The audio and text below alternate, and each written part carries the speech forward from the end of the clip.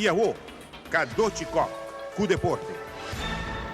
Cristiano Ronaldo queda elegido como mejor futbolista de Europa para a temporada 2023-2024. Delante a equipe alemã Manuel Neuer e holandês Arjen Robben. E três futbolistas aqui têm mais votos de 54 periodistas do país associados com a UEFA. Cristiano visa outro troféu para pôr dentro do museu. E um adorno adulto de badminton usa chega a treino depois de vacância. Mientras que durante a vacância é grande não há um break e jovem não se sigue. E um grupo, a Colômbia, caminha no começo, estava um pouco difícil, a bina e a altura, pero depois de demonstrar que a Aruba está contra que o jovem não está um badminton de nível.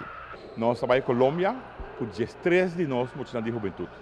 Nós temos encontro em Nana contra de emocional de Bogotá, porque tem basta bom peleia de fogueo. Nós arrumamos entre nós a data de 18 e 17.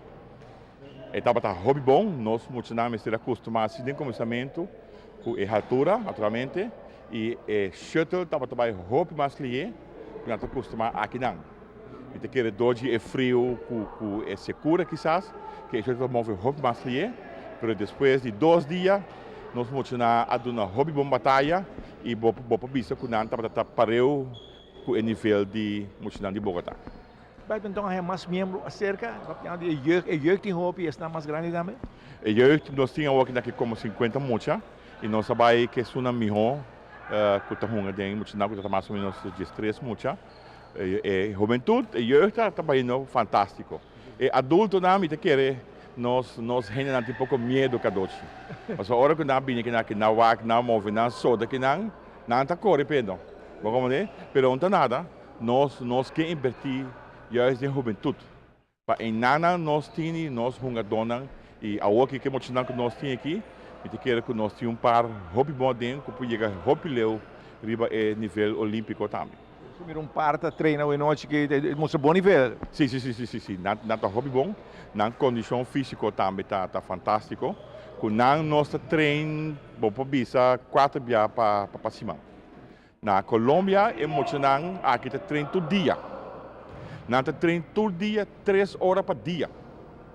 Então, comparado com nós, emocionante, que está treino 3 dias, 4 dias para cima, 1 hora, até mais tanto para 2 horas, nosso nível está rodeado.